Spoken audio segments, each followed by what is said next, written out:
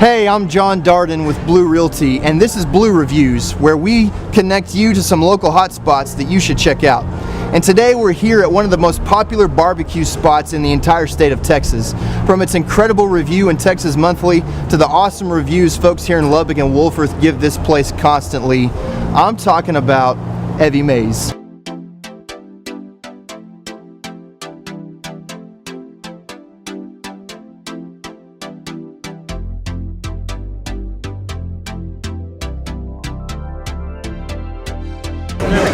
All right, guys, tell me about your Evie Maes experience.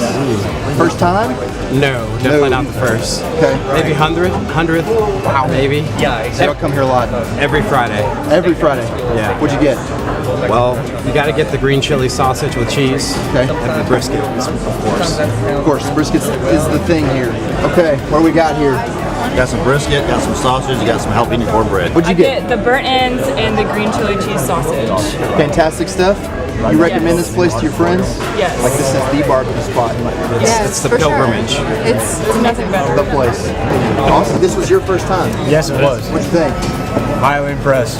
It's fantastic. The portions are awesome too. Definitely not used to barbecue places giving so much food. So, and the free beer is also a plus. So we're inside here at Evie Maes, and this is Mallory Robbins, the visionary owner, co-creator of Evie Maes, and it is Evie Maes. It is Evie Maes. A lot of people say Evie, but it's Evie. And Evie is for? Evie's our daughter, Evelyn May. She's a 5-year-old little girl, and that's what we named this after years ago when we kind of first started cooking. So that's where it comes from. Evie, not Evie. Evie. So I got to know Arnis and Mallory a few years ago when they moved here, helped them buy the first home.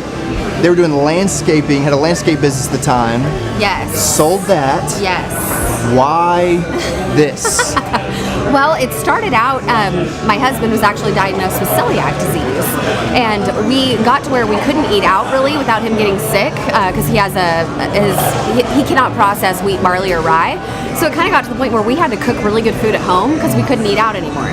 So we kind of had to reteach ourselves, how to bake good things, make cornbread, make desserts, feel like you're not missing out on good food. Right. And it got to the point where a smoking hobby, my husband started building smokers, and the hobby just sort of snowballed into, we need to figure out a way to sell this to pay for your hobby, basically. Right. We are. You started in a food truck. Yeah, so we were in a trailer, actually just down the street here from this location for about 1.5 years.